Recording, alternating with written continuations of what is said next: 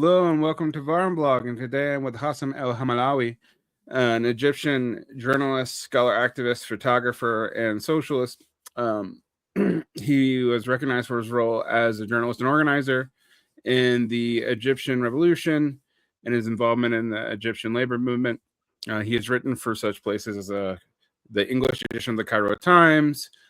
He's been managing editor for El-Badal and Al-Mazri, Al-Yum English edition, and he most recently published a book called Counter-Revolution in Egypt, Sisi's New Republic. And I wanted to talk to you for two reasons. One, I think Egypt has kind of fallen off of the radar after the initial shock at el-Sisi's rise, and also the somewhat unfortunately named Arab Spring was picked up by a lot of people. And I happen to also live in Egypt for part of the time that you're writing about. I was there from early 2015 to late 2017. So I basically lived through the reinstatement of the national security law and the consolidation of power in el-Sisi and all that. And just as a little side note that my audience probably won't get, but you probably will, I used to live on the edge of Ma'adi, right by Tora prison. Like, I couldn't even take pictures right outside of my apartment. So some of the stuff you wrote about kind of hit home for me. So I'm hoping maybe we can kind of go into it. But I wanted to talk to you first about maybe the preamble to it, what happened with the Egyptian Revolution, the Arab Spring, and what were the most common leftist misunderstandings of what was going on in the interim period before el-Sisi took power? Well, first, thanks, Derek, for having me on your show and for speaking to your audience, because I do believe that it is important, despite the fact that the Egyptian revolution has been defeated, that our international progressive circles should always keep updated with whatever is happening back home, since whatever happens in Egypt will always resonate all throughout the region. Secondly, this book, as you said, it does tackle the Egyptian revolution and the counter-revolution. And in answer to your question, I think there were so many misunderstandings about the revolution as well as the transitional period just right in the run-up to the coup. The first thing, and that was very common among also liberal circles, not just leftists, that this was a Facebook revolution, or a revolution that was enabled by social media, whether it's Twitter or Facebook. And I'm not trying to dismiss the role of the internet in the uprising, but it's wrong. It's just straightforward wrong to dub it this way. And it's kind of like sinister also to approach it this way. Because once you say it's a Facebook revolution, then you're propagating the image of middle-class bilingual youth sporting BlackBerries who want Western style of democracy. For some reason, they woke up one day, had a Facebook event, and the people just responded to that event, and voila, you had the revolution.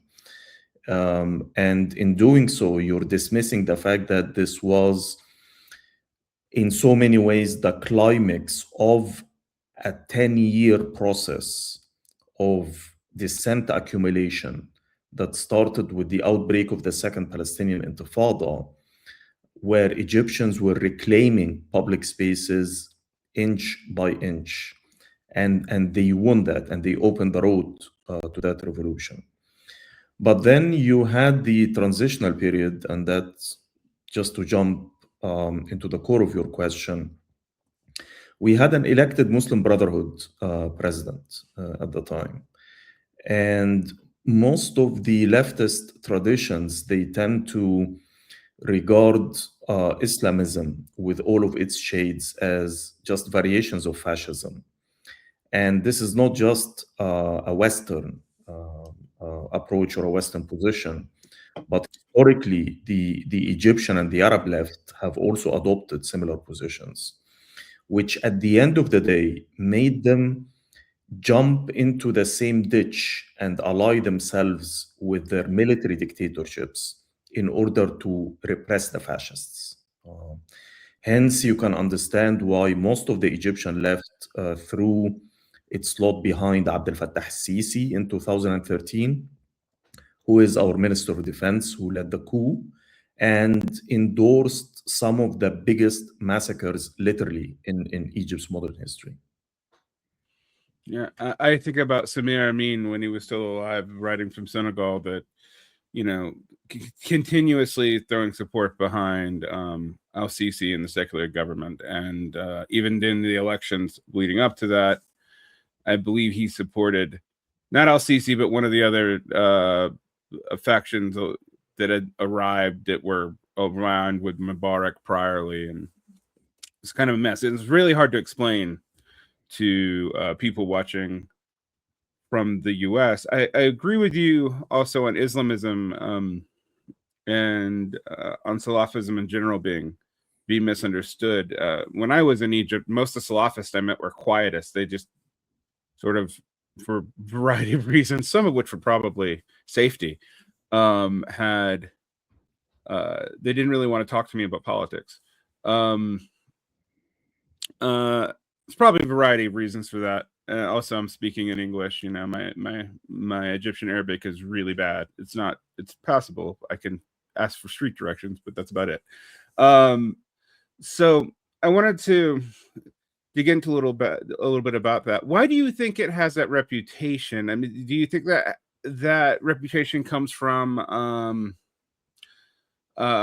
applying the context of the Iranian Revolution and the massacre of the Tudeh Party? Do you think it's just a misunderstanding? I mean, what is going on in the misunderstanding of Islamism and Salafism in Egypt? Well, first, I probably need to clarify that I'm not trying to depict those movements as progressive, or that they hold, the keys to our liberation. But what I'm trying to say is that the position towards them should be more complex, because it's a very complicated phenomenon. Meaning, you've asked a very good question, which is, I mean, why do the most of the left regard them as fascists? And I think a partial answer to that is, one, the Egyptian left and the Arab left in general have been largely Stalinist. They towed the Soviet Union line when it came to their positions, when it comes to this or when it comes to that. And they also zigzagged with it. Secondly, I think it's ideological distortion and ideological unclarity, whereby any attack on the left was regarded as fascism. I mean, if you attack the left, then means you're attacking, because you're a fascist. But in the context, for example, of student politics, students fight with one another all the time. I mean, whether they are Islamists, leftists, liberals, or even unaffiliated. I mean, there were tons of fights that I've witnessed as a student on campus. The third thing is that I think it's a very lazy answer to why the left basically failed, and why the Islamists started to rise in the end of the 1970s. So the easier thing to say is that they are fascists and they are being supported by imperialism. But in my personal case, and in the case of the movement that I belong to, which is the Egyptian Revolutionary Socialists, we adopted a more nuanced approach to Islamism. first we had to analyze what's political Islam. And, in case your audience didn't know, this is a very loose term that includes a wide variety of streams, hundreds of different tendencies that sometimes are even not on the same line, and they are busy fighting one another also. The second thing that I should also stress, that it's a modern phenomenon. I know people are tempted to just throw the accusation, oh, these guys are like some medieval freaks who belong, to history from 1400 years ago. But actually, political Islam is a modern phenomenon, and it was born on the hands, or at the hands, of Jamal ad-Din al-Afghani in the 19th century, when he was mobilizing or trying to fight British colonialism at the time. And from Jamal ad-Din al-Afghani, you had the diversion of the different movements throughout the 19th century. Sorry, I got the century wrong. So what is political Islam? Political Islam, and let's take like the mainstream organization, which you must have, heard about, and living in Egypt, this was the boogeyman for the regime, the Muslim Brotherhood, which is the oldest and the most established and the most influential all throughout political Islam history. This movement, it's what we regarded it as, that it's the product of a failed modernization process, whereby capitalism in our countries evolved in a very uneven and combined way, whereby many of those in the countryside and in rural Egypt, they migrated to the cities to become professionals, to become workers, and to become part also of the urban poor. And political Islam provided a worldview for them, something that laments the past, something that laments the kind of social solidarity that got lost under capitalism. And at the same time, they have this reactionary conservative utopia that they believe in and they want to achieve or return to. Now, let's remember that also, and that's more importantly, that political Islam is a movement that includes cross-class support. Meaning, if you look at the Muslim Brotherhood, the leadership mainly came from members of the Egyptian bourgeoisie, not maybe the big bourgeoisie, but they were capitalists. In addition to some of the traditional land-owning elites were also present in the leadership. The bulk of the organization included middle-class professionals. And here, we have to think about this whole accusation of being like medieval, freaks. These are mainly doctors, pharmacists, journalists, engineers.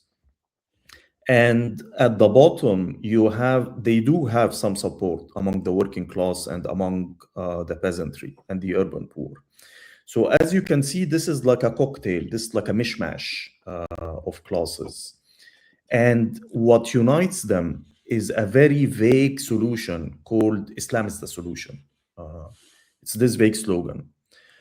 Hence, it's okay as long as they are in the opposition. But once they are in power, or once they are asked to be concrete when it comes to taking position on that issue or this issue, they always vacillate and they always fracture, because you cannot come with a position that would satisfy all the classes, basically. Let me just cite one example, and sorry for speaking too long.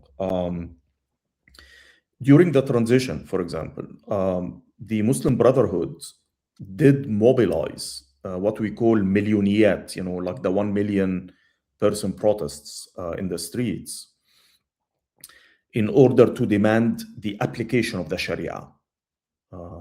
Now, of course, for anyone who hears this, this is like a horror story. What do you mean? Like, mobilizing all of those hundreds of thousands or millions to demand the application of Sharia. But I would approach any one of them and ask them, what is Sharia for you? If you had asked someone like Khairat Shater, for example, who was this neoliberal businessman at the top helm of the leadership, he would have probably said that Sharia is privatization without corruption. Private property should be protected, but workers should also get fair wages. And he would give you this kind, that's Sharia for him, and would definitely include that workers should not strike and disrupt production because this will harm, the ummah or the society, that we're living in. But if you had approached one of their base cadres at one of those 1 million, person protests and asked them, what's Sharia for you? They would have replied back saying, Sharia is job security. Sharia is that I get decent housing. Sharia is that I don't get thrown out in the streets with my boys, because we can't afford to eat. Sharia is having a strong, independent labor union that can protect us at our workplaces from any oppression. So as you can see, it's the same group, but depending on who you speak to and which class background, you will get different answers and different positions. Hence, it is wrong to label them as fascists. Fascism it's a street thug-oriented movement that's out there to destroy the left and to destroy trade unions and working class organizations. Yeah, they are hostile to the left. They definitely don't like the left. But at the same time, they are not out there, and the raison d'être is not, we need to destroy working class politics. And on the contrary, during this year, where Morsi, the Muslim Brotherhood president, ruled before the coup, as revolutionary socialists, my movement, part of our engagement with the working class is to provide legal aid for strikers. And some of the victimized strike leaders who used to come seeking our support were Muslim Brotherhood members. They were being victimized while their comrade is running the country, literally. That's not the actions of a fascist organization. Hence, our position is that sometimes we will work with the Islamists, but we will never be with the state. And always we will have to maintain our independence, like working with the Islamists on some issue. This does not mean that we will be silent over queer rights so as not to piss them off. Being allied or coordinating with the Islamists on some positions or defending their detainees from torture does not mean that we will make compromises with their sectarian positions towards Egyptian Christians. So when they make such anti-civil liberties positions, or they make these statements, we are with the minorities against them in that regards, but never with the state. And that what differentiated us from the rest of the Egyptian left at the time. Yeah, I will be honest with you, Hossam. When I was in Cairo, the Egyptian left was like 3 people that I met. And it's probably if you're living in Maadi, I don't think you yeah, exactly. Was in Maadi. I worked in Katamaya. In case your listeners didn't know, Maadi, that's like the most posh upscale place in Cairo. Yeah. That's where all the white Khawagas live also. Right. Well, that's why I was down the street from, I think, the Nigerian embassy, I believe. And what is it? What was the island? Zamalek. Yeah. That's more posh, but yeah. And that said, it is interesting when you are in Cairo, because the problem that I immediately realized that I had is the problem of Western representation of a lot of these things. Period. I watched. I had. You'll find this funny, maybe, or darkly humorous anyway. I was teaching a high school class, and I was provided a curriculum where they actually mentioned the Arab Spring, and they had reports from Democracy Now! From around 2011, 2012. And it wasn't just that everyone they interviewed spoke English. They all spoke English with either an American or a British accent that was pristine. And they didn't talk to anyone who they had to translate. They needed a translator for. And I was very bothered by this, because I was like, okay, so it's not just that you're getting the middle class, you're getting a very specific westernized, probably foreign educated version of the middle class. Because even here, plenty of English speaking Egyptians, they don't sound like that. So yeah, I think there is also another problem, which is the timing. You arrived in Egypt by 2015, 2 years into the coup. And by then, the regime had cracked down really hard on everyone. And most of the organizations that existed in the country at the time were dismantled. And people were either on the run or in jail or killed or fled the country. So you arrived definitely at very, very difficult times. I would actually be surprised that, to learn from you now that even the school, mentioned the word Arab Spring, because by then it was no. Well, the school. This was actually the school in America as soon as I got back. Okay. No, we did not talk about the Arab Spring when I was in. Definitely. We didn't talk about politics at all. Yeah. I was a socialist podcaster back then, and I will tell you, the one place that I told people, I am not talking to you about Egypt right now. It is not. Even my normal Western privilege is not enough to protect me here. So keep your mouth shut. Yeah. When I was there, I talk about labor. I did see, however, a lot of crackdowns on people trying to do community organizing, because I was also there when they floated the currency, and the Egyptian currency crashed, and there was supply shortages of sugar and wheat that really affected the poor, and even affected merchants around Mahdi, which normally are pretty removed from that sort of problem. And there were labor protests and some petit bourgeois merchant protests working with them, and some of those leaders just were disappeared. I don't know what happened to them. They were gone. And I was kind of shocked because the reporting on the Sisi regime in the United States was very just biased towards the regime, and even things like this, but most of my audience probably doesn't. There's a accidental, I'm gonna put it in quotations because I don't know, bombing of the Mexican attache's trip group out to the White Desert. Supposedly they confused them with Bedouins who were supposedly terrorists, and that's definitely in quotes.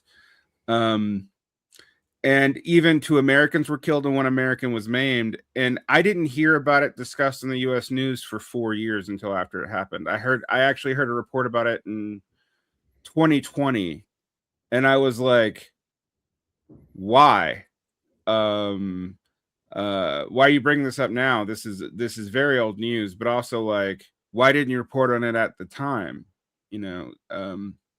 So I was going to ask you, you're in Europe, but how do you feel like the Western press has covered this?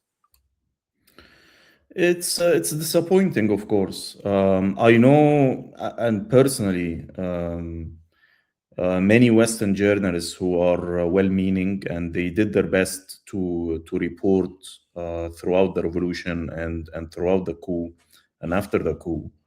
And some of them worked for high-profile publications, so they were not your average independent left-wing freelancer, for example, trying to pitch a story here or there. No, I'm talking about like heavyweights, and they were all good people, and their heart was in the right place. But at the same time, the problem is not with them, or most of them, as much as it's a problem of the industry. In the West, the media, even when it does have bigger margins to write and to report and to express opinions and facts, at the end of the day, it does tow the country's foreign policy on so many occasions. For example, Derek, for a long time before the revolution, Hosni Mubarak was described always in the Associated Press reports as a moderate leader. And within that same Arab moderate camp was Saudi Arabia and Jordan, two draconian kingdoms that we had. But it's because their barometer for moderation has to do with the position vis-a-vis America. If you are pro-US, if you are pro good relations or peace with Israel, then you're a moderate. But Hafez al-Assad, oh my God, that's like the kind of rogue regime that we definitely want to confront. Although his brutality was matched actually by other dictators that were endorsed by America. So after the coup, and I think there was a period of confusion, and it was confusion not just for the journalists, but for many Egyptian activists, whether this is a coup or this is a new wave of revolt, helped by the fact that Morsi was not really doing a good job, during his year anyways. But as the coup regime evolved and kept consolidating its new power by one massacre after the other, I think many of the Western journalists who are already in town, could see that there was something wrong. But, and about this, and about the media industry, the story always changes. Meaning, you had an Arab Spring. Oh, lovely images of, kids in Tahrir, men and women, sporting their smartphones, tweeting, Facebooking, doing this, doing that. That's the story. Okay, now we're bored. Let's move on to the next story. And the same went, with Egypt. First, Sisi made it like hell for anyone to try to report independently on the ground, including Western journalists, who, as you said, at some point before that had some privilege in terms of their personal protection. But following the coup, at least, the initial years, no way. Many of them were targeted and brutalized or expelled also from the country. Secondly, back home, diplomacy was steering the coverage. The US in the beginning, at least the White House, because we also discovered through the coup that there are several Americas. There is the America of the White House and the State Department. There is the America of the Pentagon. And each America was telling the Egyptian military something different. So when they tell you that this coup was supported by the US, even when Obama denounced it, but I can assure you that the Pentagon was not really that much against it. And Sisi would not have done that without some green light. And also your viewers and listeners should know that it's the Pentagon that runs the Egypt file. and that's what really matters at the end of the day. Suddenly, Sisi became the strong man who will rid the region from political Islam. He's the one who's gonna fight the terrorists, or else like ISIS is gonna like sweep over the region. As the years progressed, the Europeans, actually, the EU, came out to be Sisi's biggest supporters, because he managed to sell them this whole idea: I will protect your shores from those hordes of black and brown people invading it. Support me, and not a single boat will leave Egypt in that regards. So here goes any pretense for human rights, European values, and all of this garbage that they have been lecturing us for years about. Sisi also did another thing, which is Sisi was courting the Israelis from day one. And actually, the Israeli military did help the Egyptian military in the fight against Islamist militants in Sinai. And Sisi allowed the Israeli Air Force to conduct operations in Sinai, which is something that never happened in our history before. And the Israeli lobby was lobbying in order to unblock the US military aid, in order to make Sisi acceptable and desired in the West. And two more points. One is that Sisi also opted for what I call the weapons diplomacy, whereby I'll go to France, I'll buy your Rafale fighter jets that no one wants to buy, and in exchange, you'll hush up about human rights. I will go to Italy, I will buy from you weapons. In exchange, forget about this Giulio Regini, guy whom I brutally murdered. He's this Italian PhD scholar that I brutally murdered in one of my dungeons. Yes. So this is, and this has worked. Egypt, like, bought, according to CIPRI, which is, this international Stockholm-based think tank that looks into arms transfers. Egypt was among the highest 10 countries in the world when it comes to arms purchasing for a good 10 years after the coup. The last thing that I would probably stress here is that Sisi also understood what cosmetic liberal democracy is needed in order to make his regime acceptable. Like, he led a coup in 2013. So a coup, that's a bad thing. But then he orchestrated the elections, a presidential election in 2014.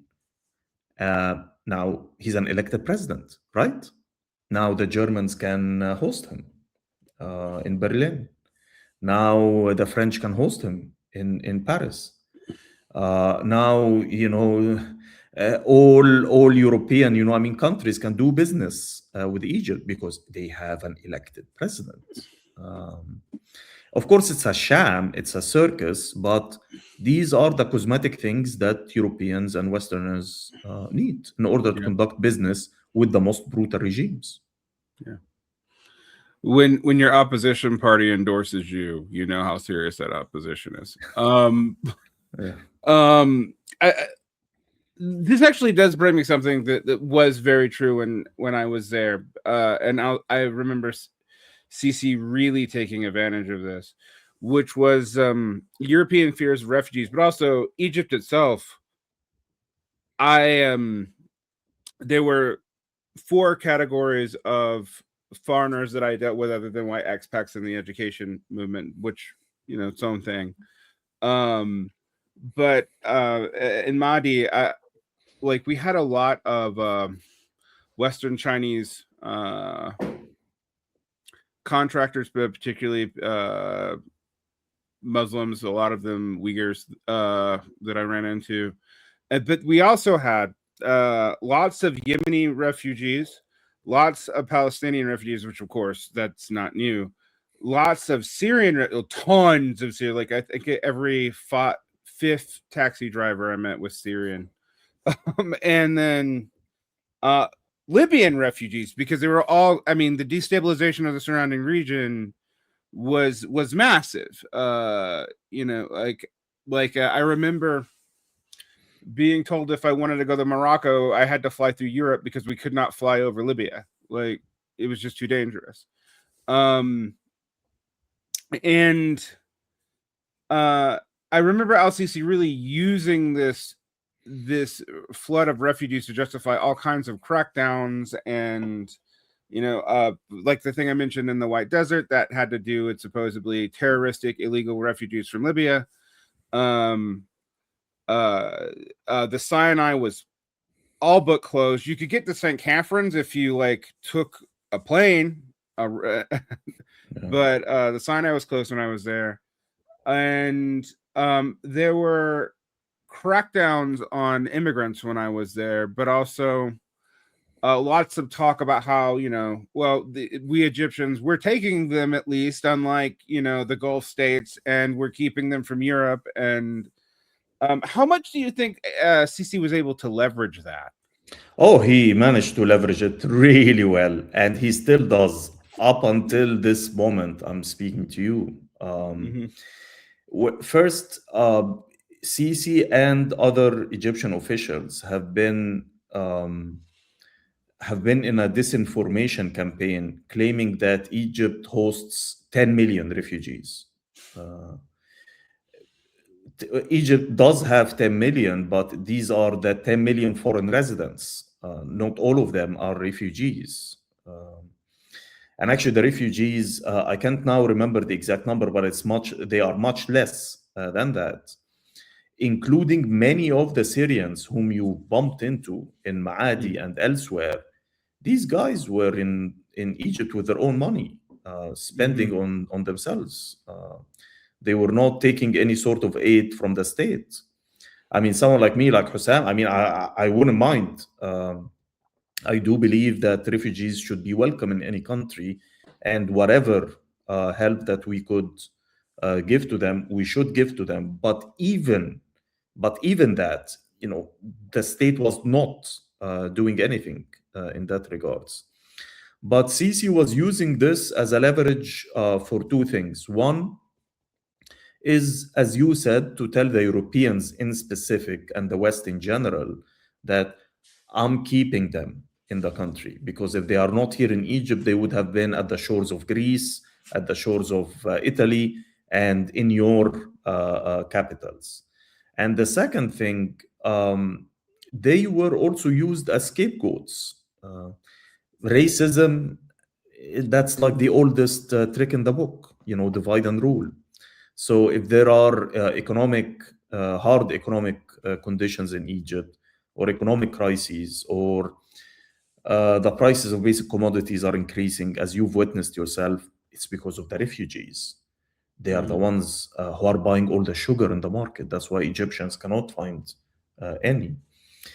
And this kind of racist and xenophobic discourse has only escalated in recent years, especially with the outbreak of the war in Sudan. And roughly 1 million Sudanese got displaced, and they came into Egypt. Many of them had applied an asylum, but others did not. And yes, they are subject to racist treatment from both the police as well as, unfortunately, some sections of the public.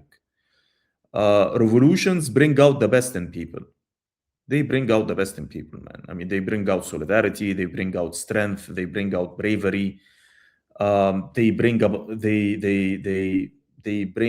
out love, empathy. But at the same time, a counter-revolution, and as well as the economic crisis and hardships, they bring out the worst in people. And they are the same people, by the way. It's not like we imported them from another planet, but these are the human beings. And that's how human beings usually behave in these situations. Now, that puts a responsibility on activists like myself to fight such xenophobic discourse, to engage in campaigns, to tell Egyptians that these black refugees are not your enemy. Actually, your enemy is the one who's doing the devaluation of the currency. Your enemy is the one who's squandering the country's money on vanity projects in the middle of the desert. So in answer to your question, yes, he did leverage this crisis really well for his sake. Yeah, I remember when I was there, the rhetoric was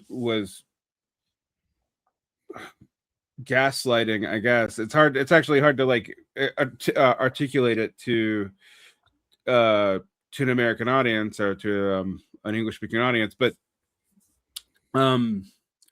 we were being sold that Egyptians, we're a multi-ethnic, multiracial society. We always have been, going all the way back. If you look at the ancient mummies, you find all kinds of skin tolerance, which is true, actually.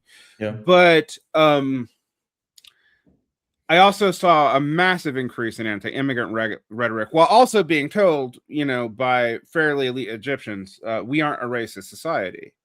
Like, you look like you're Egyptian, and I'm like, I don't really, but like, and I'm like, okay, I get what you're trying to do, but your anti-immigrant rhetoric is amping up. You're using it for justifications of like terror bombing campaigns in the desert that have now had some pretty high level collateral damage. That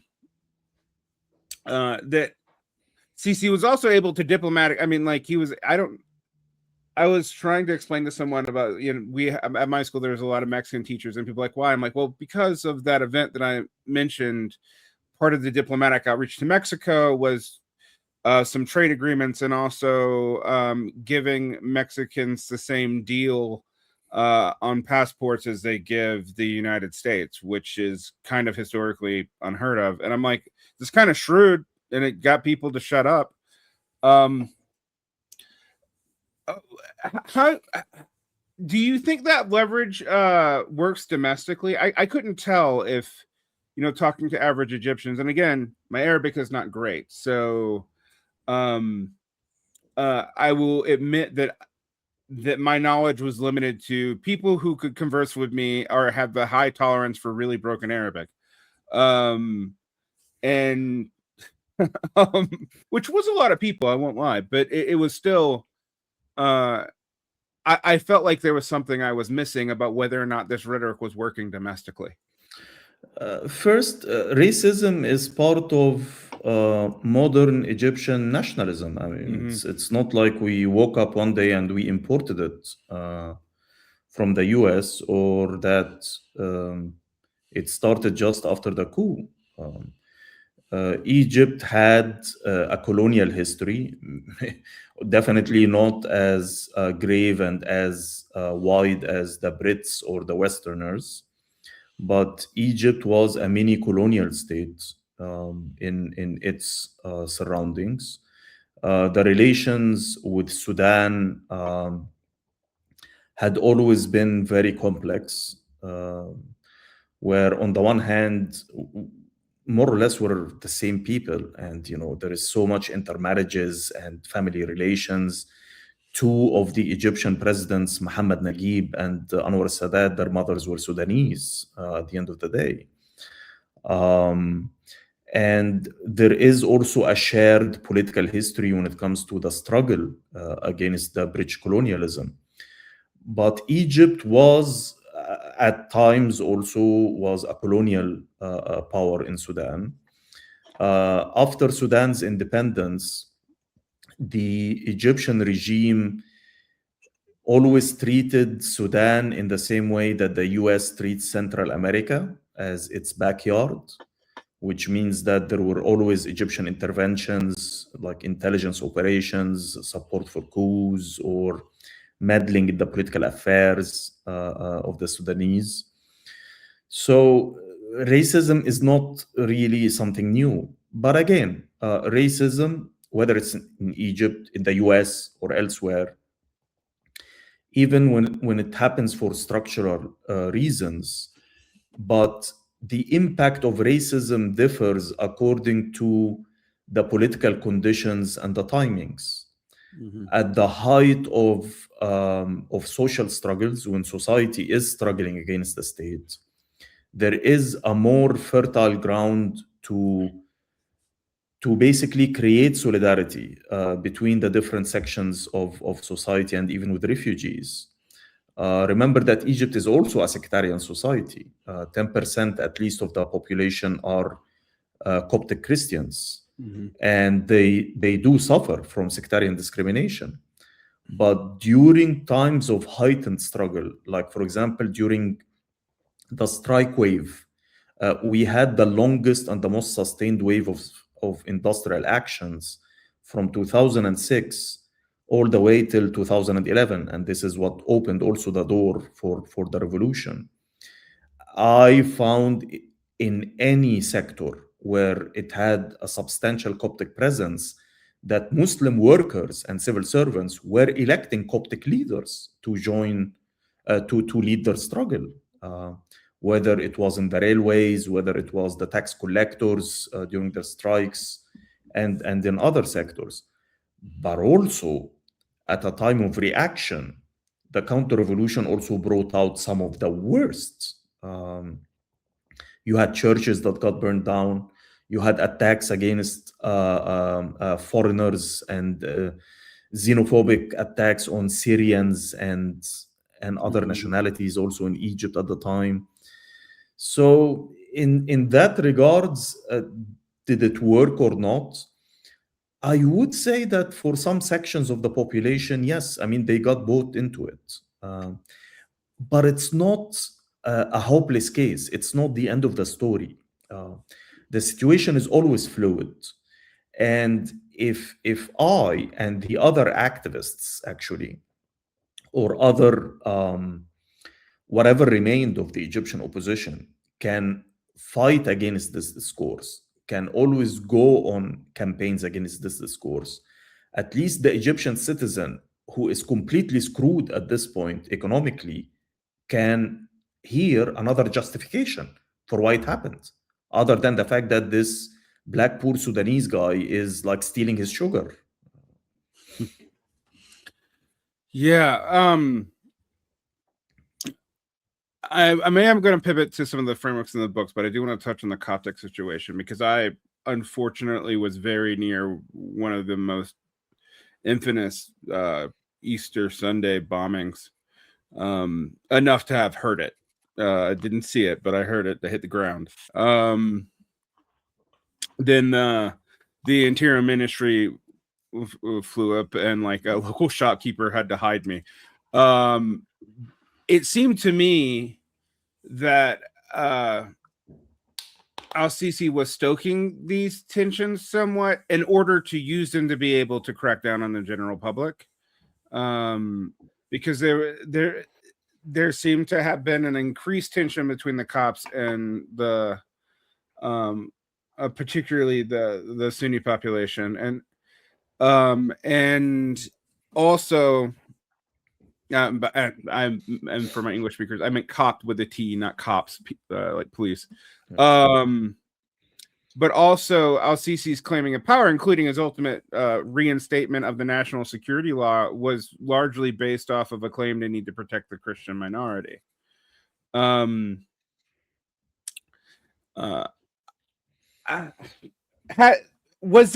Was that technique old? Like, did Mubarak do it a lot as well, or because it seemed really effective, unfortunately. Definitely. No, definitely, you're right. Sectarian tensions in Egypt started really flaring under Sadat, who had tried to use religion in a very explicit way. Well, first, all our rulers, with the varying degrees, have used religion. You know, this is not new. But with Sadat in specific, since he was facing his main opposition were the communists and the left-wing Nasrists. So he unleashed the Islamists on them and tried to use the religion card in propping up his legitimacy. But then he unleashed this Frankenstein that eventually killed him in 1981, but also led to the rise of sectarian strifes and fightings in several governorates in Egypt. Under Mubarak used this tactic that you've just mentioned.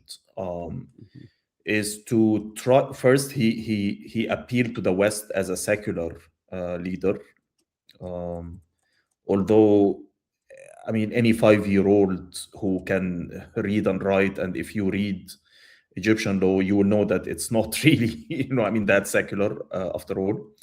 And this is specified in our constitution that Islam is the source of legislation at the end of the day. Maybe you don't find the same horrific, explicit scenes that you might find in other countries where the word Sharia immediately invokes someone beheading, criminals or cutting their hands and all of this. But at the same time, it's embedded in our law.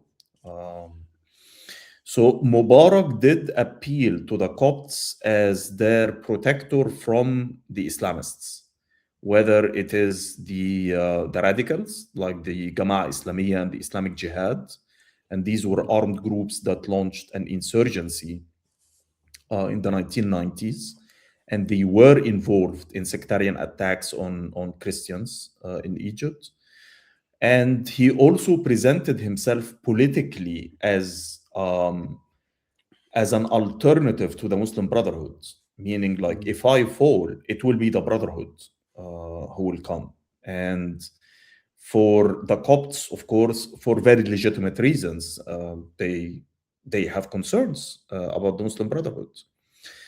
But then it's not a black and white story, Derek, because here is the interesting thing. Egyptian Copts, starting maybe from 2006, but really this picked up by 2010, they started mobilizing in the streets, which is not something that they used to do in the previous decades.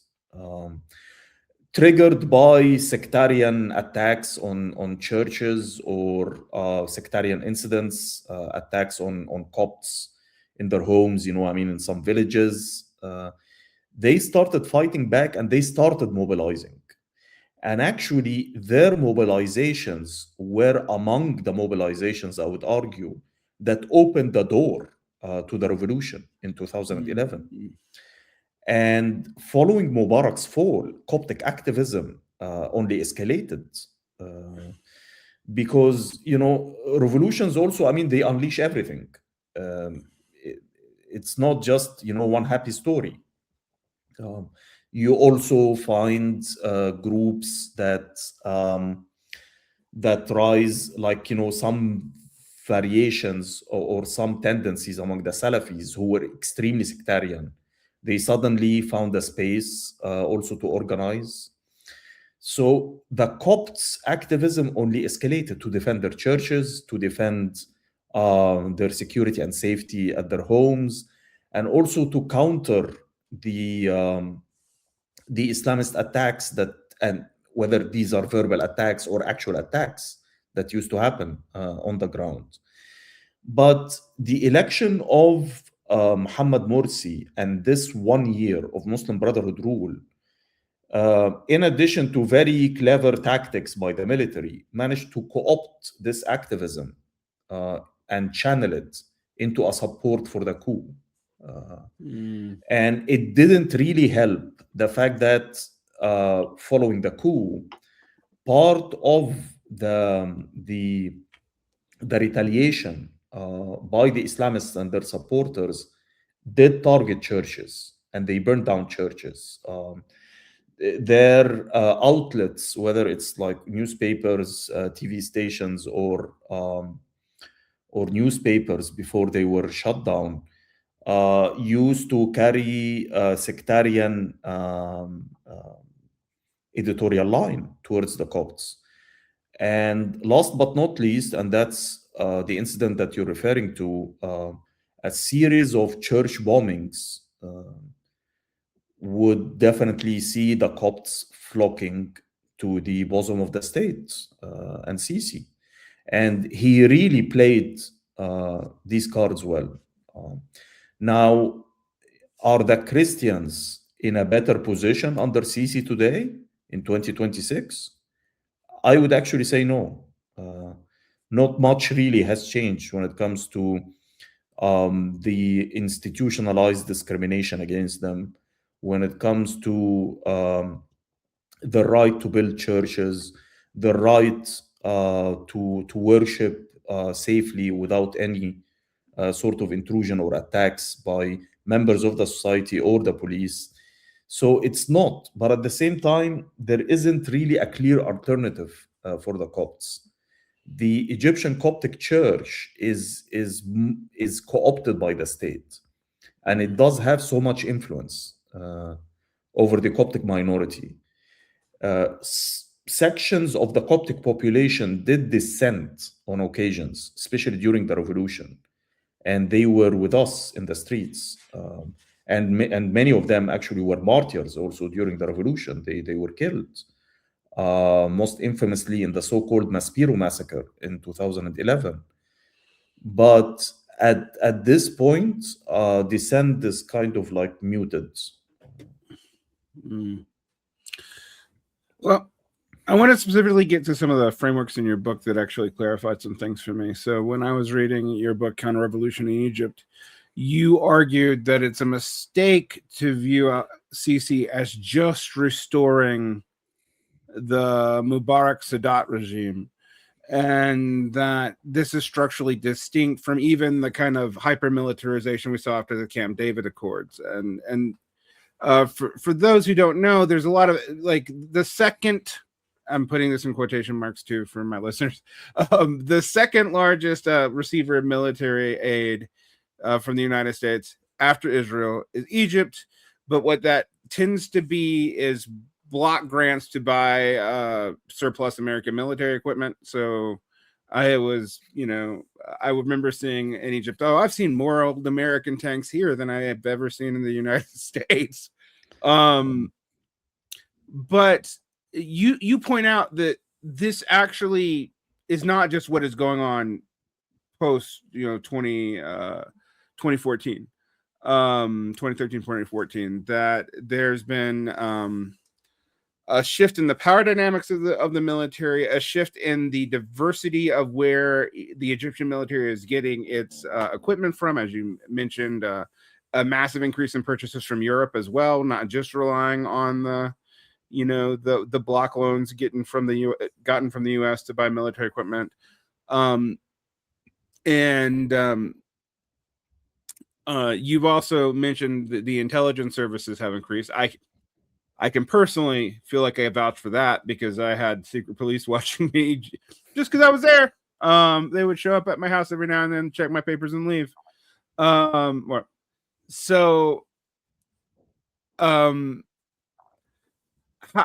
do you think this has differed from the prior regime under Sadat Mubarak, and how successful do you think this hyper-militarization has been? You're now touching on the core argument of my book, and this was counter-revolutions do not restore old orders. Mm-hmm. And they don't restore old orders because simply the old order has failed. And by failure here, I don't mean the kind of failure that you and I, Derek, would think of, like the regime was not democratic enough, the regime did not respect the equal distribution of wealth. No, in the eyes of the counter-revolutionaries, the old regime has failed because it failed to repress the revolt.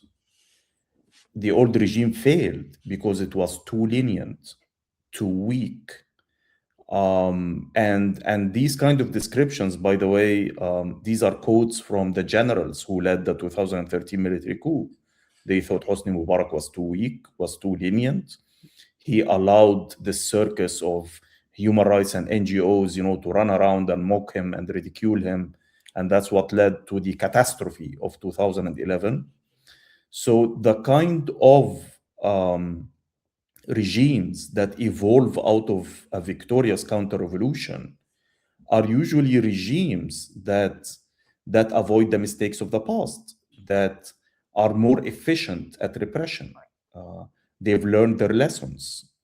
So there was so much debate following the coup and throughout the years later about the nature of the Sisi regime. And everyone at the time was shouting, oh, it's Mubarak is back, now Mubarak is back, Mubarak 2.0, you know, this and that. Now, today in 2026, obviously any 5-year-old can tell you that this is completely different from Mubarak. But they usually point to the high levels of violence or the even more dismal economic performance than Mubarak. But I was trying to answer what is different. In what way is the Sisi regime different?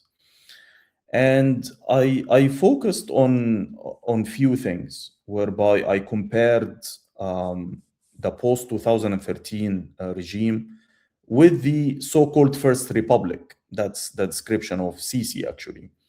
And that First Republic is the one that supposedly lasted, excuse me, from 1953, when following 1 year of their coup, the Egyptian free officers, who were an eclectic group of nationalist army officers who overthrew the monarchy and declared the republic later. So from 1953 all the way till 2013. And I focused on a few things. One is that how the security apparatus was organized. And one of the main differences that I was arguing for, that under the First Republic, whether it's Nasser, Sadat, or Mubarak, the security apparatus was fragmented because the dominant perceived threat at the time was the threat of a military coup. Now, any good autocrat, if they want to stay in power for a long time, they have to, you know, shield and protect themselves from all sorts of dangers and threats. But there is always one dominant perceived threat. And according to it, you start organizing your security sector. So if that dominant perceived threat was that of a military coup, then you try to coup-proof your regime by fragmenting your apparatus, by creating multiple organizations with overlapping mandates that are competing with one another, that do not share information, that do not coordinate with one another, so that only the ruler would have the bird's eye view of what's happening. And this was the case with our military and interior ministry, i.e. the police, and the General Intelligence Service, or the Mukhabarat, as we call it in Arabic. These three were in constant competition in the decades up until the revolution. What I was arguing in the book is that Sisi, his dominant perceived threat after 2013 was that of popular unrest. Because before 2011, Derek, our rulers never took us seriously. They never took us seriously. They never thought that Egyptian people have agency. They knew that every now and then they could have, you know, few riots here, few demonstrations there. But for us to pull together a revolution that could have brought down the entire order, like what happened in 2011, this never crossed their dreams. But this changed with 2011. So Sisi, his dominant perceived threat is that of popular unrest.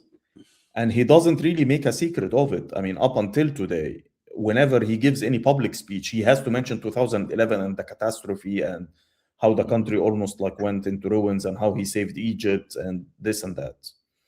So if you're facing that kind of threat, you unify the security apparatus, meaning you are now in an existential fight to save the Egyptian state from saboteurs and agent provocateurs like Hossam and Derek and the others who work for foreign proxies, who are trying to bring the state from within because of like some evil related goals. So they are coordinating with one another. They are sharing information, and they are even sharing personnel, which is something that's unprecedented in our previous history. Does that mean they are in a honeymoon and that there are no differences or disagreements between them? No, I mean, there will always be. There are always disagreements, even like within the same organization, about which way to go, but they are not in competition at this point. And then I go into details how this unification of that apparatus has impacted the Egyptian state and impacted the way that the regime is ruling the country today. One thing that you really point out is the economic expansion of the military. Now, even when I was there, we all talked about, well, you know, the Egyptian military pretty much runs the economy. It has since the death of Sadat. But you really point out that this wasn't reversed by el-Sisi. It was actually put in the hyperdrive. So you have mega projects. I mean, you alluded to it earlier, but the one that has some Chinese financing about building an entirely new capital in the middle of nowhere in the desert feels very Akhenaten-esque, but whatever. Yeah. And I do remember that, like, that was universally unpopular, but no one felt that they could do much about it because it was supporting the military, the Interior Ministry. It allowed for good trade deals with both the West and China. It was an excuse to float the currency, which, you know, caused all kinds of havoc.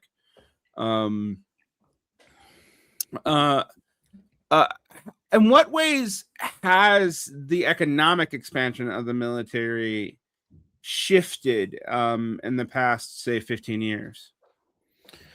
The intervention of the military in the economy, as you said, predated Sisi and the revolution.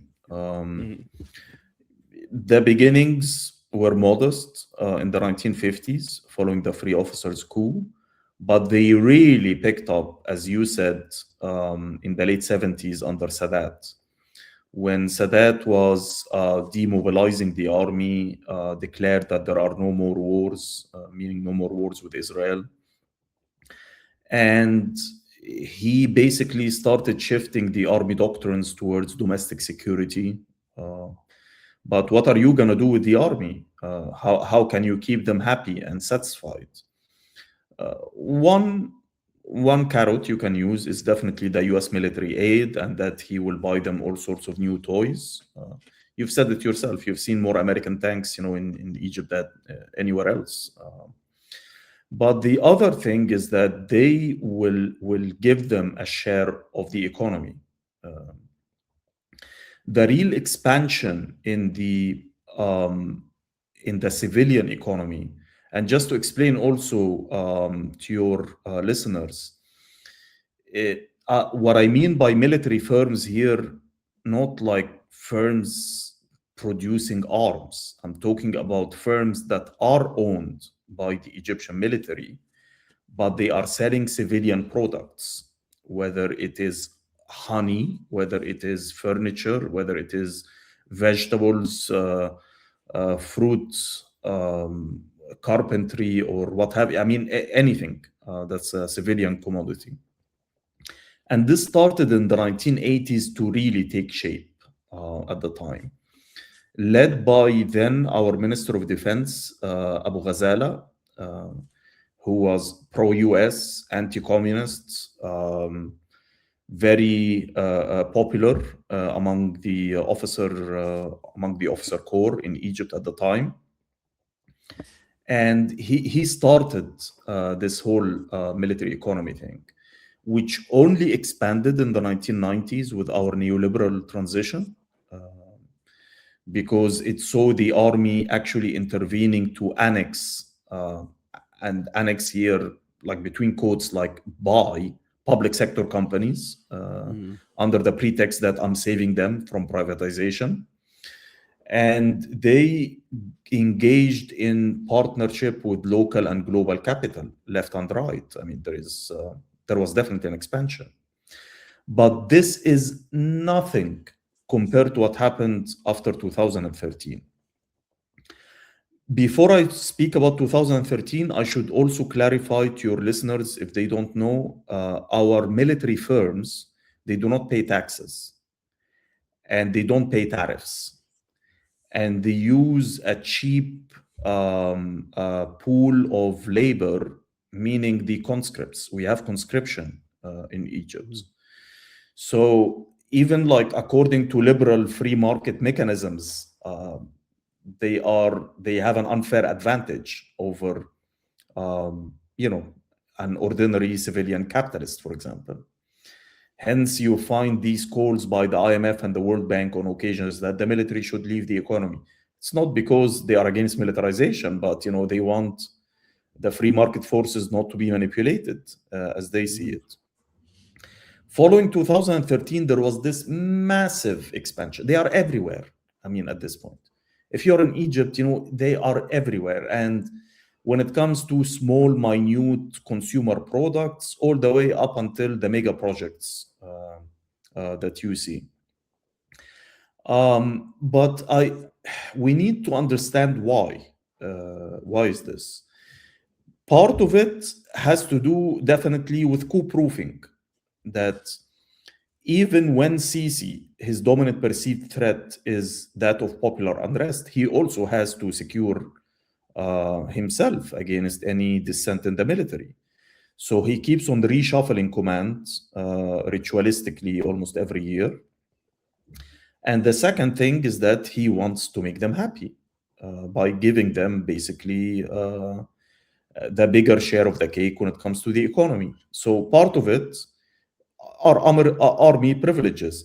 But the other part, and this is something that's hardly discussed, at least in the West, it corresponds to his worldview. Sisi despises civilians. He regards the military as an apex form of way to organize and discipline a society.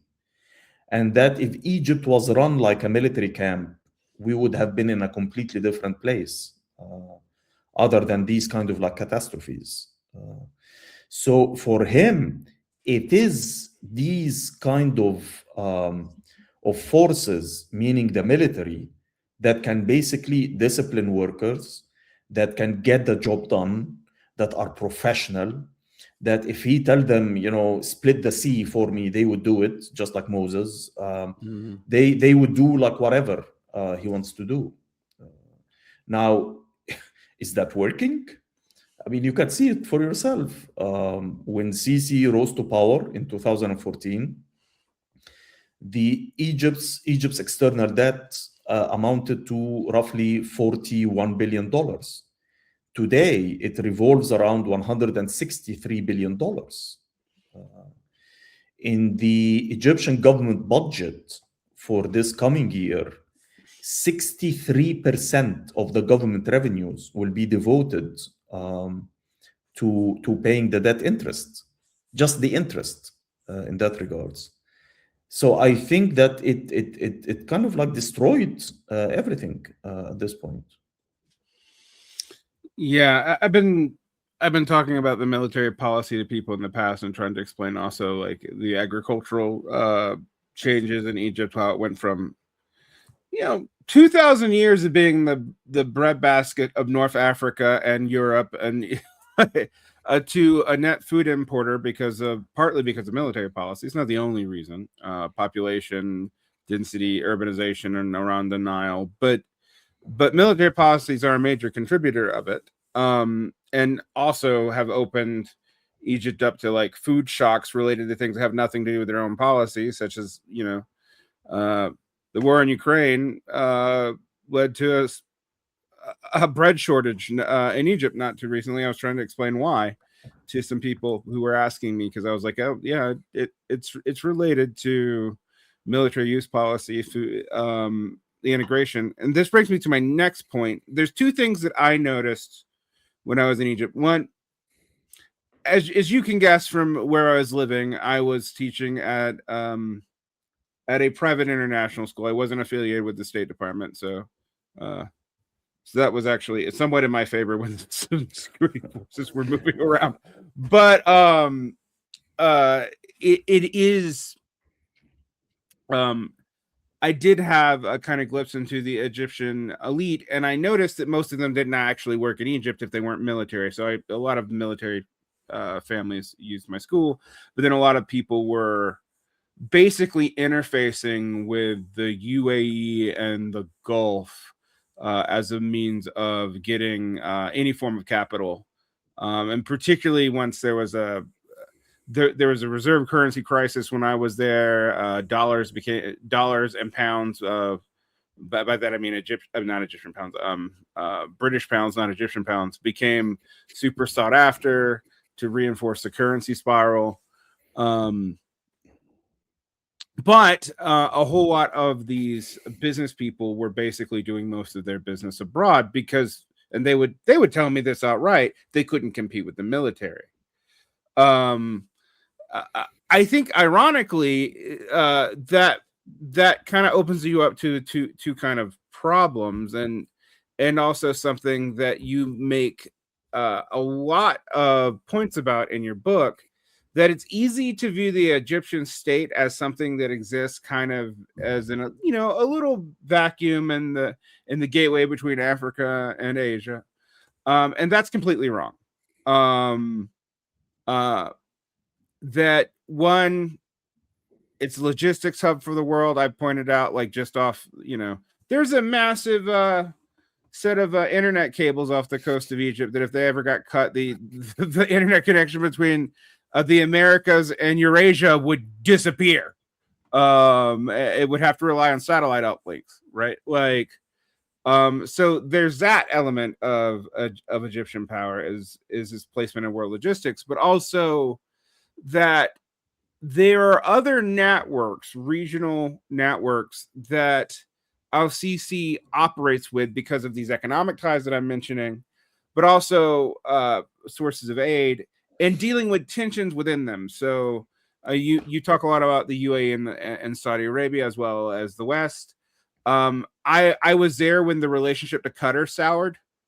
So like I just, in a superficial way, my access to both Egypt, to both English and Arabic Al Jazeera went away overnight. Like, and I was like, oh, well, that's interesting. How much is Egypt structurally dependent on these other networks economically and politically? And how complicated are they? Because I've also tried to explain, like, Egypt and Turkey have a very strange relationship in all this. Like, sometimes they seem like enemies, sometimes they're not. Egypt and Israel, I mean, domestic hatred of Israel is, and I use hatred appropriately, is very high, but the government has a very good relationship with them. It may be souring now. I mean, that it does look to be souring at the moment, although I can't really tell how much of that is real and how much of that is for international consumption. But how much is Sisi's project really an international counter-revolutionary project, at least in the region? In every sense of the word, it is regional and international project. When the so-called Arab Spring, I know not everyone likes the term, but I use it pragmatically because that's what everyone understands what I'm referring to. So when the Arab Spring started, the countries that were spearheading the counter-revolution and are still playing that role up until today were the UAE and Saudi Arabia. These were the two hawks who were either intervening directly and militarily in some countries, like, for example, most notoriously in Bahrain, but also in other countries, or they were using their money and political and diplomatic clout to interfere in other countries. And on the top of that list was Egypt. Egypt, and I'm not saying this out of patriotic reasons. I'm an internationalist. At the end of the day, I'm a socialist. So, but Egypt is the most important country in the region when it comes to stability. Stability here, and I'm using the term that they would use, but for you and I would say for progressive change. You have the biggest, it's the most populous Arab nation, the biggest working class in the region. Very strategic in terms of its geographical position, bordering Palestine, Israel, having the Suez Canal in such a strategic hub. And you also now talked about the internet and the cables. I can go on and on for hours listing why geopolitically Egypt is very important. But what's even more important, Derek, is that whatever happens in Egypt always resonates by the domino effect in the rest of the Arab world, if not the whole world. Let's remember that the Sudanese Communist Party, which was the second largest communist party in the Arab world after the Iraqi, was built at Cairo University. The Palestinian Islamic Jihad was built in Zagazig University in Sharqiya. That's a governorate in Egypt. Hamas and the Muslim Brotherhood, I mean, they are all offshoots of the Egyptian Muslim Brotherhood when it comes to ideology. So whatever happens in Egypt, and of course, I mean, Arab nationalism, and it didn't start from Egypt, but when Egypt adopted it under Nasser, it became such a revolutionary current in the region. So the main obsession of the Gulf countries, especially Saudi Arabia and the UAE, following the revolution, was how to end this, how to defuse the Egyptian revolution, if not crush it completely. Hence, it is the UAE on the top of the list. Then comes Saudi Arabia, who assured Sisi and the military that if you go out of your comfort zone and launch this coup in 2013, don't worry about the Americans or about the aid or about any economic boycotts or diplomatic isolation. We will pay for it, whatever you want. But just finish off the Egyptian revolution and finish off the Islamists in specific. And for 10 years, at least, these countries were the biggest supporters, and they were writing blank checks for Sisi. And that helped him to go on this like spree of mega projects to make his military pleased and happy, and also to serve as a tool in the Arab Gulf counter-revolutionary diplomacy in the region, supporting their counter-revolutionary roles that they were playing. I mean, look at Libya, look at Sudan, and elsewhere. And more importantly, look at Palestine. The siege of Gaza following 2013 reached an unprecedented level. It created a true humanitarian disaster with the blessing of Israel. It was not just an Israeli siege, it was an Egyptian-Israeli siege. And we have to be very clear about this. Now, and as I'm arguing and clarifying in the book, by the end of 2022, those Gulf backers, they started, like getting really sick of it. They felt that they were being treated as ATMs and that the money is being squandered left and right. And alhamdulillah, now they are done with the revolution. They are done with the Muslim Brotherhood. So Sisi, served his role really well. Why should we keep on, just pumping in money and cash? It's as if you're like plowing the sea at this point. But then came the Gaza war. And this changed the whole situation. Prior to the Gaza war, Egypt was on the brink of declaring bankruptcy. And part of this package was the rapprochement with Qatar and Turkey after adopting a hostile foreign policy towards them, as you rightly mentioned earlier, for the previous 10 years. But this was again part of a regional rapprochement that Sisi was following in the footsteps of his sponsors, Saudi Arabia and the UAE at the time. And I don't think that he could have done it, without their approval to start with. So Sisi started basically offering them assets in exchange. He's giving them prime real estate, chunks of Red Sea shores, important Egyptian public sector companies and banks and state institutions.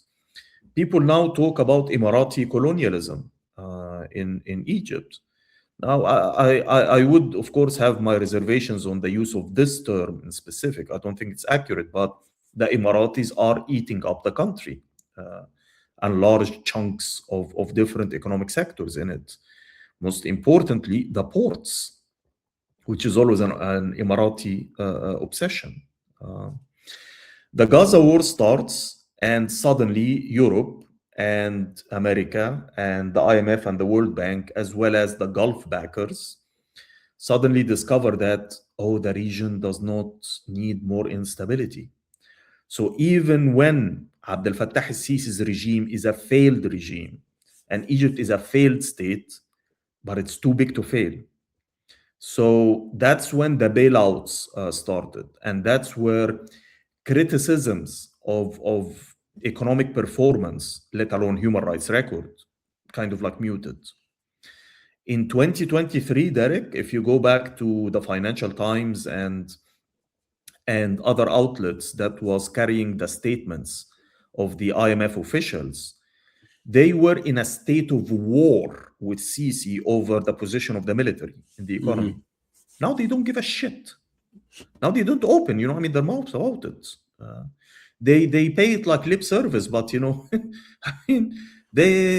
they just want the regime to float. They are really worried about a collapse in Egypt, a collapse that will unleash those hordes of black and brown people to invade the southern shores of Europe, that might, God forbid, support the Palestinians in Gaza and stop the genocide, that might break into the borders of Israel, that might allow the Sudanese a route into Europe to flee, the wars, or instability that could trigger a revolution that would rewind the Arab Spring once again and impact the Gulf monarchies. So in answer to your question, I think it's a brilliant question, man. Sisi's project is part of a regional and international counter-revolutionary project. In the same way that when Egyptians rebelled, they inspired people in Wisconsin. They inspired the Occupy movement across Europe and the US. But also defeats, they spread by the domino effect. When we had our military coup in 2013, that emboldened Bashar al-Assad to launch gas attacks, that emboldened the Tunisians to start cracking down on their post-revolution democracy that they had, that emboldened the Arab regimes in the Gulf to even crush their own local Shia population even more, because they are proxies of Iran, as they called it. So everything started going down the drains regionally, also after the 2013 military coup in Egypt. All causes are related and all revolutions are related. Now, that's actually a huge point. And this is, people have picked it up around Gaza today, but I don't think they pick it up around the other Arab Spring states that have been dealing with counter-revolutionary forces for a decade, and more than a decade now. And also, I don't think it's insignificant that, like, in the West, we barely talk about Occupy anymore. We're almost embarrassed that it happened. Even on the far left, where a lot of people started that moment, and Occupy, it's just like, oh, we talk about Bernie Sanders or whatever. And I have found this deeply problematic for obvious reasons, because I'm like, well, we're erasing our own history and understanding of why that stuff. What were the limits? To understand the limits, we have to actually admit that it was important, and it was important that it was related internationally. Like, my experience of this was very different than the average American, because I wasn't in the United States when it started. I was in East Asia. I was part of Occupy Yoedo. And when this ended, I was in North Africa. I was in Egypt and Sudan. So, like, I felt very strange to watch the whole cycle, and then watch it when I come back to this. I came back to the States in 2017 and listen to people start to forget.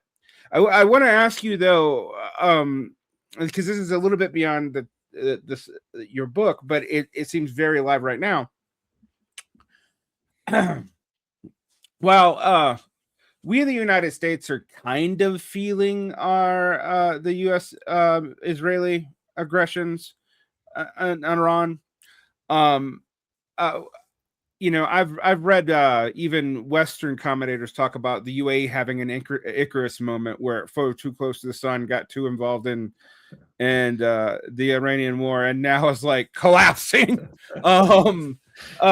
How is this going to affect Egypt, since the Gulf powers, even if they were getting tired of it, even if the IMF was getting tired of it, even now the IMF doesn't care about what Egypt does, if the Saudis and the UAE are really being depleted because they're actually the people taking the brunt of the war, not the United States. I mean, we've lost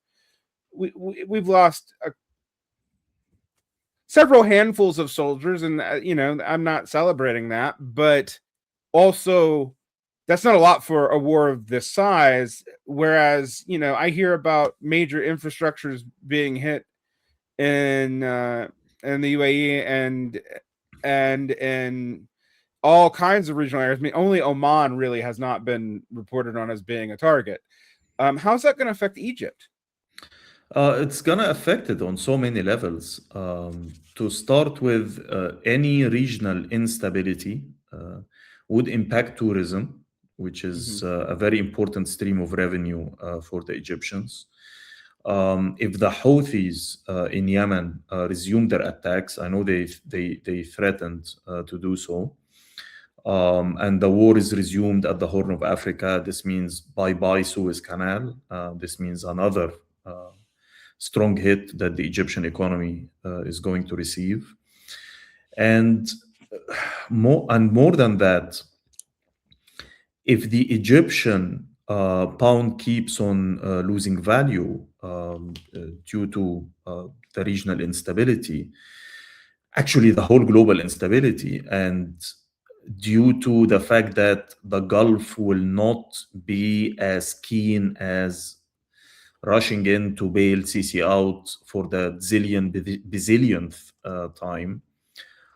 This means not just that the economic situation of the average Egyptian citizen will deteriorate even more, but also it would mean that our industries, which all with varying degrees depend on foreign imports and foreign components that go into the production process. This means that Egyptian exports will also take a hit in terms of the prices. I don't see a positive scenario coming out of this, but also you have to consider another political factor which is rarely discussed in the Western press. Part of Sisi's propaganda since the start of the genocide in Gaza, in order to legitimize his submissive foreign policy, is that I am helping Egypt navigate through troubled waters. And as you can see, the whole region is on fire. and we are not intervening in anything. I'm not sending like the military to do this or to do that, or I'm not getting us into wars and what have you, because we cannot get into adventures. And here you have a global South country, or if you want to call it a third world country like Iran, standing up to the US, standing up to the Israelis, taking strong blows, but fighting back. The average Egyptian is watching this and they are making comparisons. Well, guess what? I mean, a small, also global South country can actually resist. So why do you even have to be that submissive? And it's no secret. I mean, you don't need to know Arabic, use whatever AI, go on Twitter and go through like the Twitter streams of Egyptian social media users. There is overwhelming support for Iran in this war. Egyptians are rooting for Iran, not out of love for Iran as much as it is anti-US imperialism and anti-Zionism. And people are now making comparisons. If they can stand up to the Americans and Israelis, why couldn't you? So this is also eating up from the regime's clout even more at this point. So to cut a long story short, we still haven't seen the full impact of the current crisis, which doesn't look like it's going to end anytime soon on the Egyptian economy, but it's definitely not going to be pleasant. Yeah. I mean, it feels like a powder keg. I mean, like, yeah. So just to give a little financial history to the audience, because it is relevant here. It was like 5 Egyptian pounds to the dollar in like 2008, right? And then they went up slightly during the first part of the revolution. Part of that had to do with internal price controls and internal exchange rates that the IMF hated, and also frankly, and I know this makes a lot of my socialist friends uncomfortable, China also hated, because it was actually the Chinese that seemed to have talked el-Sisi into making the final decision there. It's a little bit unclear, but at least that's what the Egyptian news was reporting. I don't know how much I trust that. But so I was there when the Egyptian pound, which was already losing value, but like plummeted overnight. It went from, I think, I remember it being between 8 and 10 EGP equals to $1 to like 20, 18 to 20 equals $1. Yeah, that was fun to live through. And now it revolves around 54, 53. Yeah, I was about to say it's bad now. They've been structurally deleveraging, devaluating the pound.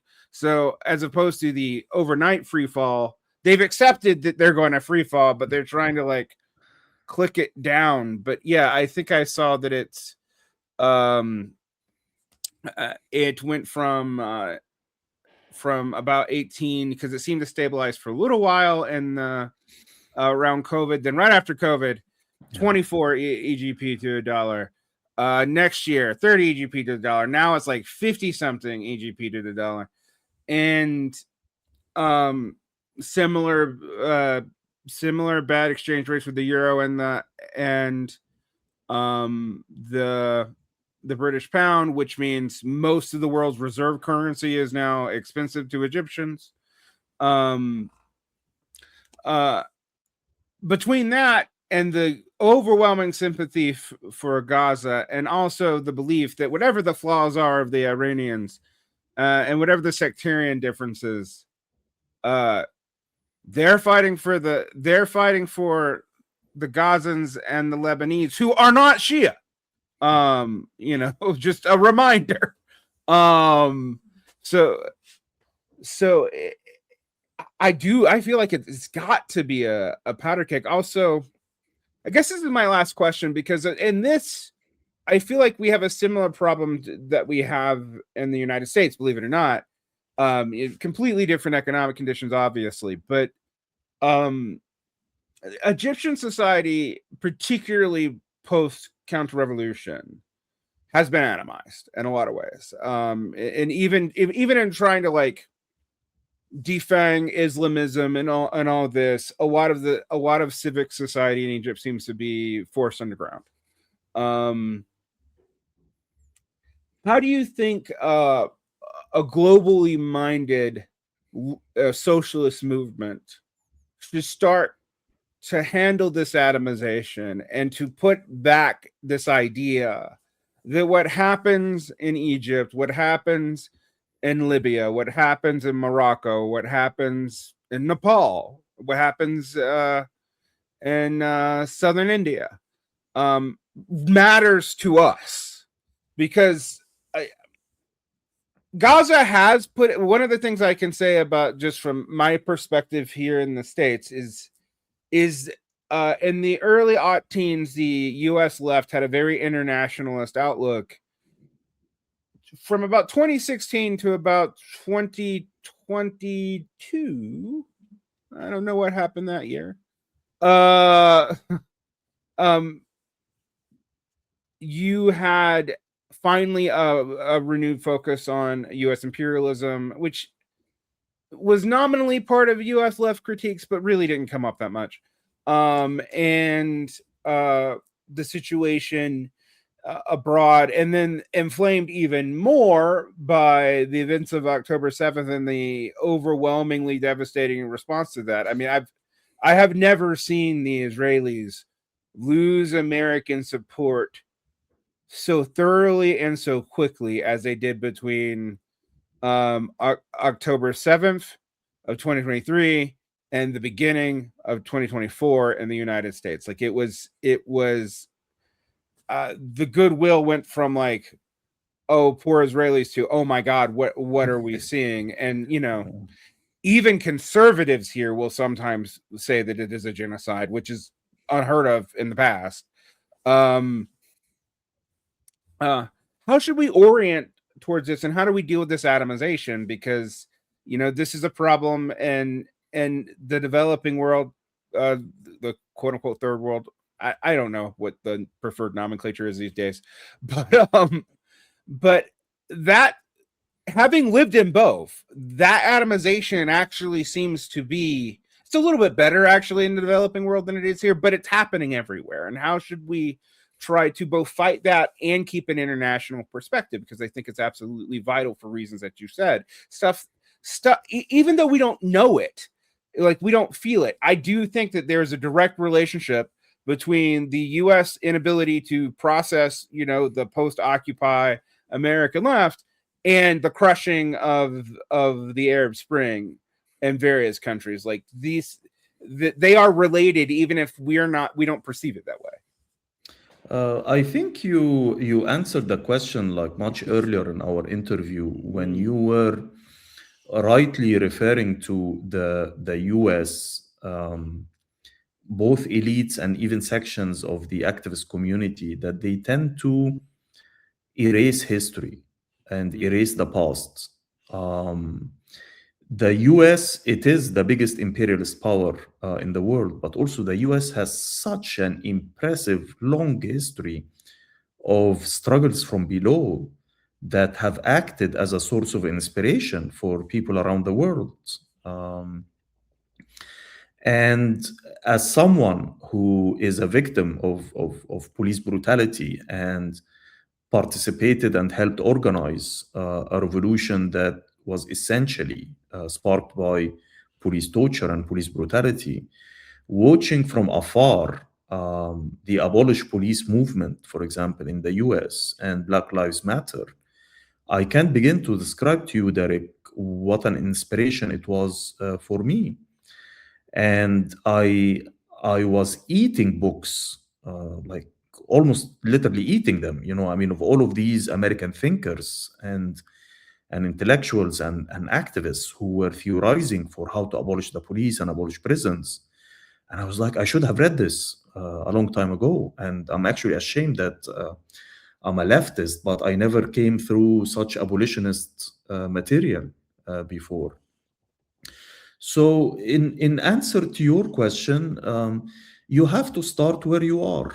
Your country has a long history of struggle. And this long history, the ruling elites would always work to try to erase it or dilute it or diffuse it or distort it. So just by putting it and reviving it on a mass scale, using modern communication. I mean, back in the day, like, last century, we should have owned a newspaper in order to be able to talk about this. Now, you and I are talking through the internet and with an app that, we're probably paying a subscription to like $100, I mean, a year. That's it. And we're having our own radio station, more or less. So technology did help in making our job also much easier in that regards.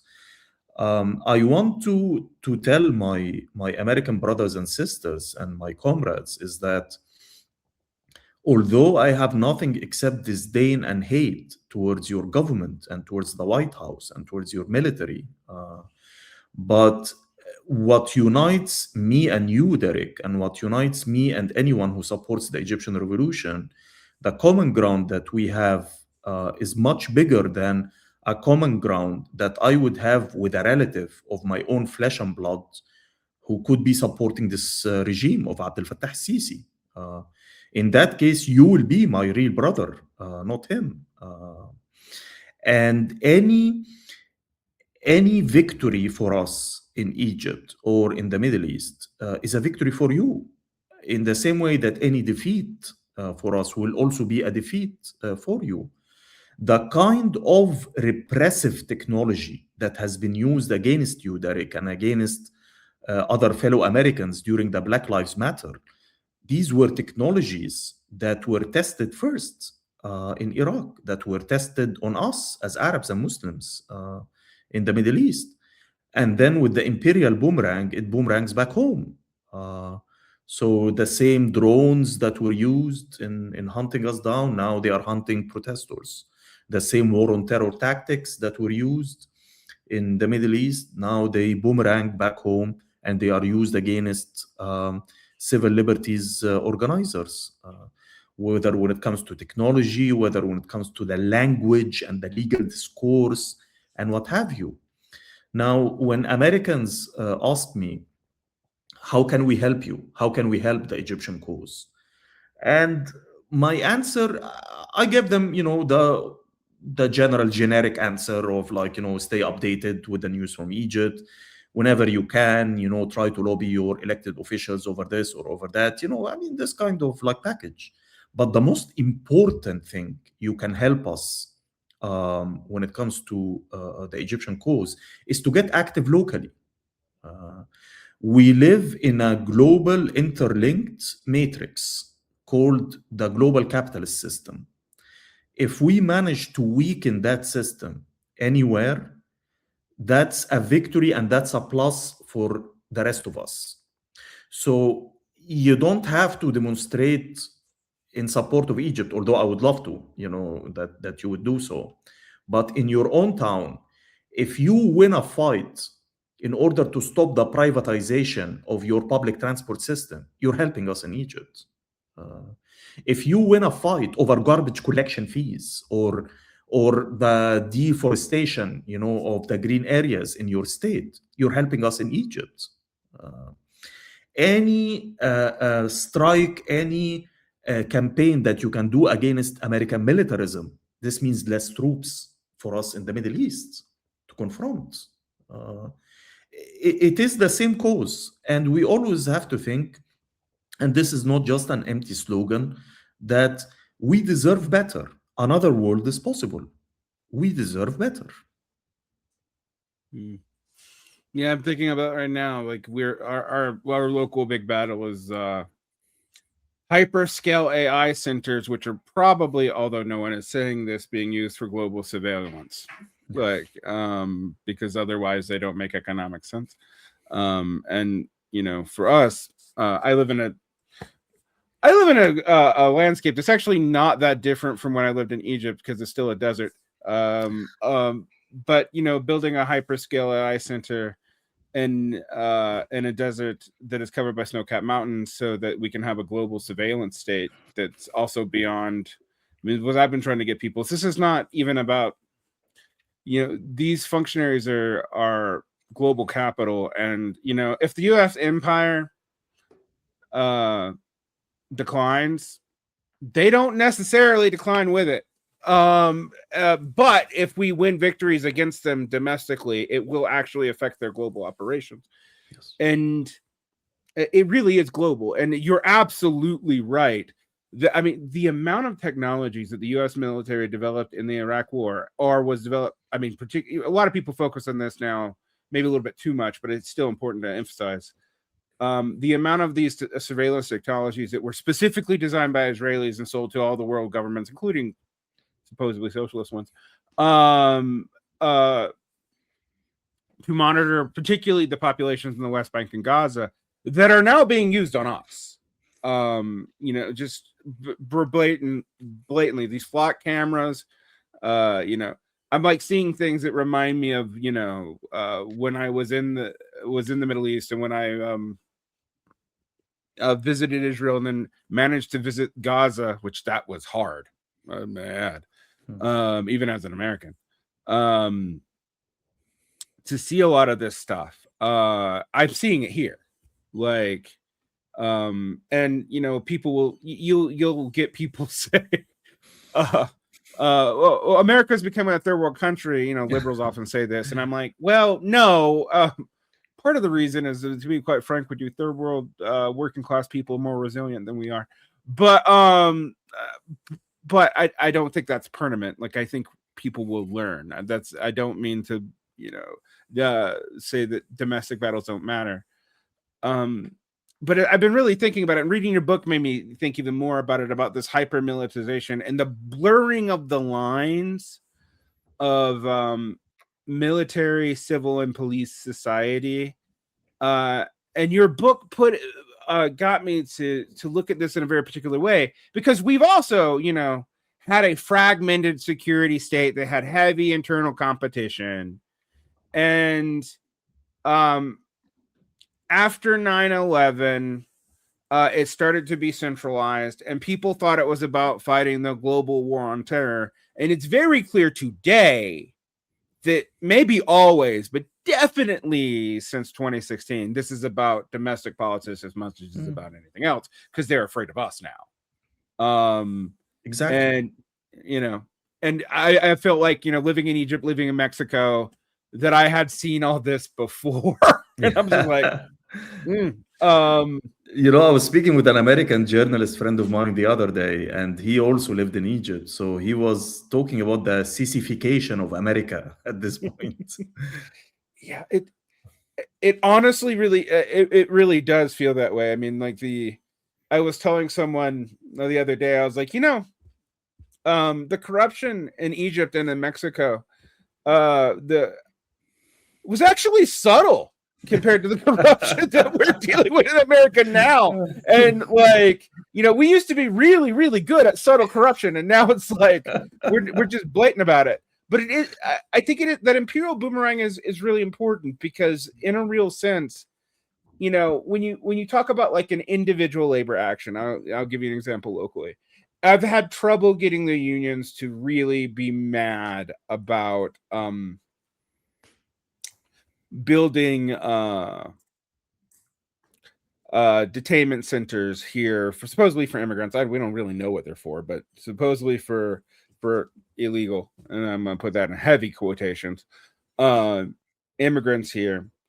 And because it provides jobs, and otherwise construction jobs have been a lot harder to get around here. And I have been like, okay, but you are cannibalizing your own, I mean, particularly in construction, you are cannibalizing your own workforce by doing this. And they're also doing a good job right now at the federal level of breaking the backs of the federal union. So I don't know that you're going to benefit from this as much as you think. And I think with I'm making a big deal out of the data center, but I think with the data center, I'd be like, hey, this is for domestic surveillance. It's also for international surveillance. This is an international issue. you should care about what happened. And I mean, most good liberals and even socialists do care about what happened during the global war on terror, but they don't. It's only recently where they started connecting it to the things that have been happening here, and it's like, no, it was always going to come back. Yeah. And so I'm glad you made that point. We've been talking for almost 2 hours, so I'm gonna finish this up. I want to ask, where can people follow your work in addition to your book, which I will make sure all the information for people to find it from Verso is in the show notes. But where can people follow you if they want to keep up with what's going on in the Arab world? I do have a Substack. It's called State and Barracks, where I publish weekly, every Monday, a report about Egyptian politics with a focus on the military and the police and the General Intelligence Service and what's happening with labor activism and the military economy. And on Thursdays, on the same also Substack, I do publish a history piece where I try to write something about the history of the Egyptian military, but from below, not in sense of nationalist glorification, but I'm interested in dissecting this institution and understanding its history and ideology. So please go to my Substack and follow my work over there. All right, I will link that as well. Thank you so much, Hossam. Thank you, Derek. Have a great rest of your day. Same to you. Bye-bye. Bye.